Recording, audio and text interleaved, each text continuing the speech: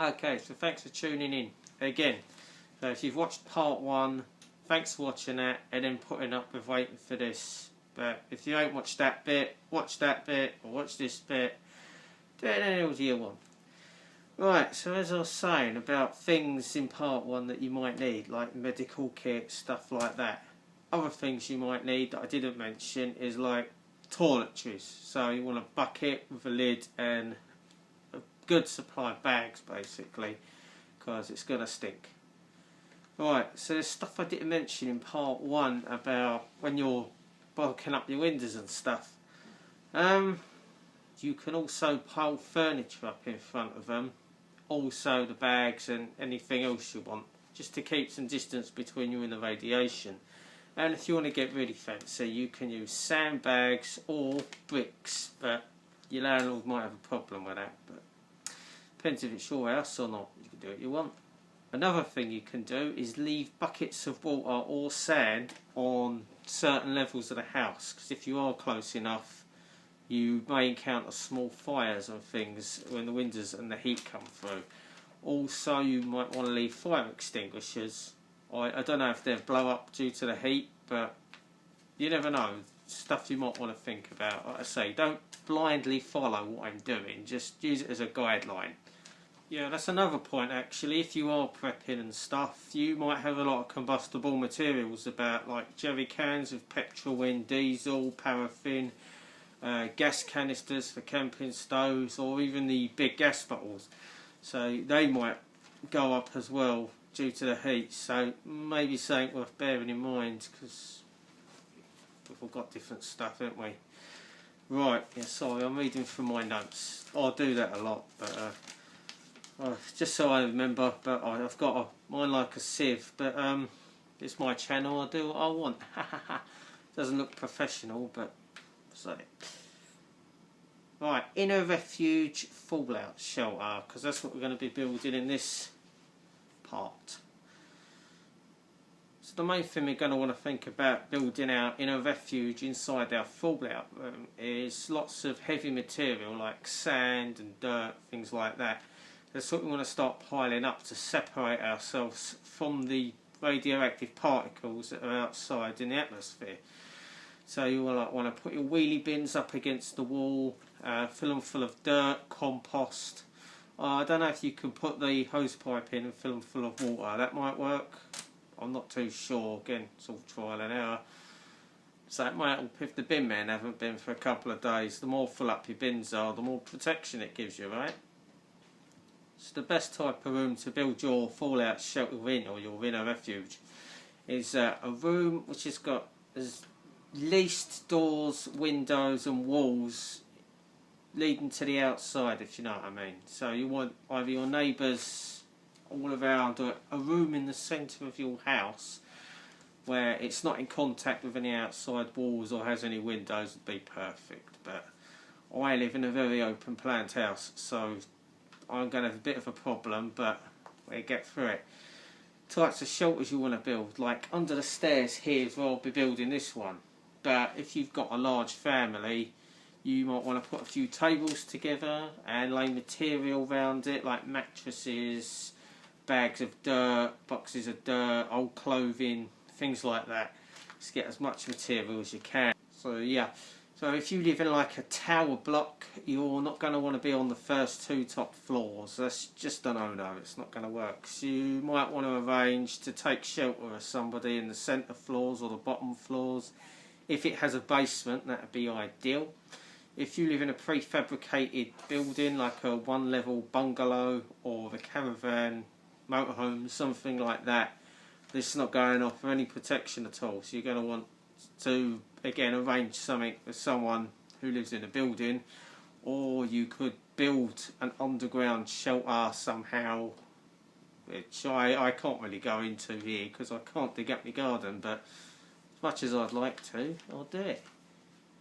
Unless some of you have got some land you're willing to donate to me, and I will build one and video it and go through the whole process. Something I've always wanted to do. I think it'd make an interesting video. But yeah, if you're happy to donate a bit of land to me, please let me know, because I'd be very happy. Let's get on to the fallout sounds. Now, how it usually works, from what I can go by the Protect and Survive manual and a lot of public information broadcasts that were broadcast in the 1940s and stuff.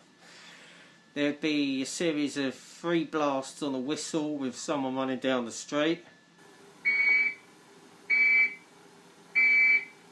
or a series of something called maroons, which are basically explosions. So I'll put a picture up now, it's the best one I can get.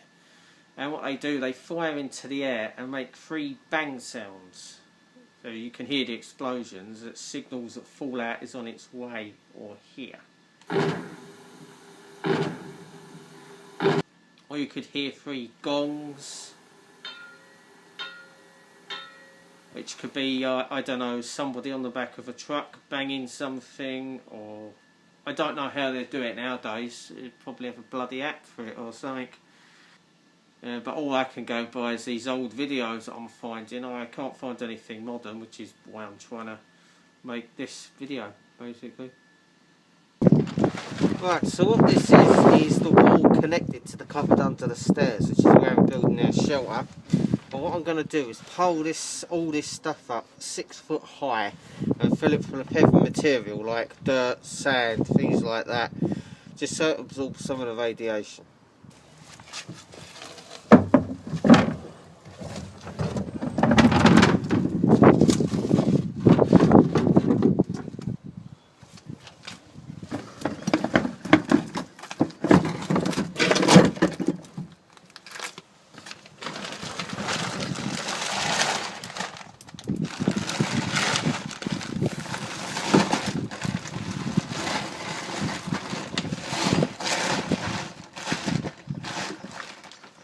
So just keep piling it up until it's high enough. So as you can see, I've piled up the wheelie bins, all of them, bags of stuff out the shed. This, which is my bug out trailer, which I'm building, which we'll get into in the next video. Fill that full of dirt, and you'll notice up there, the fridge at the kitchen. Yes, we'll go to that level. Right, so the stairs. What I'm going to do is bung some heavy material on here to stop the fallout coming on top of the stairs. This is your roof, in effect. So I'm going to bung a mattress on there. Like that. Mattress, nice thick bit of material, and I might even bung a second one on there just to keep it as thick as possible. One thing you might want to take note of, make sure you get all the items you want from upstairs before doing this, or you've got to pull it apart again to get up the stairs for the sake of something stupid. Right, so the next thing you want to go and do is reinforce this wall again with thick material. So I'm going to turn the chairs upside down and pile a load of stuff up on top of there. Like so. And what else I've done, I've took all the crap out of the cupboard that I intend to be living in for 2 weeks and put it all in the drawers, stuffed in there, just to give some extra thickness. So what I've noticed is under here I've got a good storage space. Now I can save room in my shelter by using this space to store some of my spare bottles of water and stuff, because they'll be covered and they won't be affected by the radiation. And another good idea, reinforce the door with a blanket. Now you can either tape that up, I've taped it up for this video, but in a real situation I would nail it up there so it doesn't fall down. But I'm not going to do that, or the missus is going to cut me cobblers off. And also, if you draw the curtain at the back door, again, it stops any blast, any radiation coming in. Now this one ain't in no manual or nothing I've seen on the internet, but I'm going to do it anyway. I'm going to run this lead into the shelter. I'm going to plug it in the wall, run it in there, and at least I've got power for a little while we still have the power.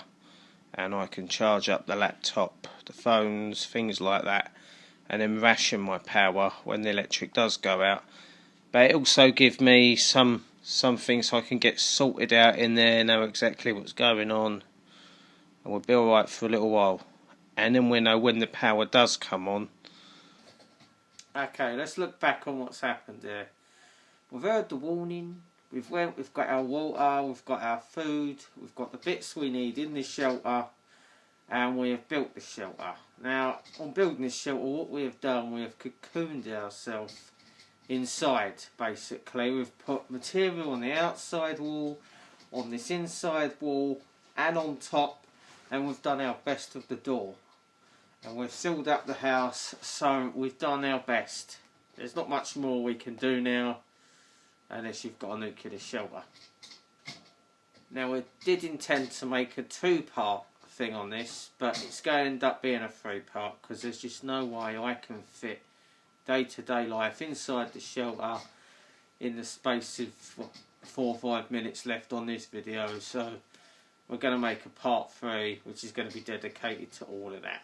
So look forward to that. Thanks for watching.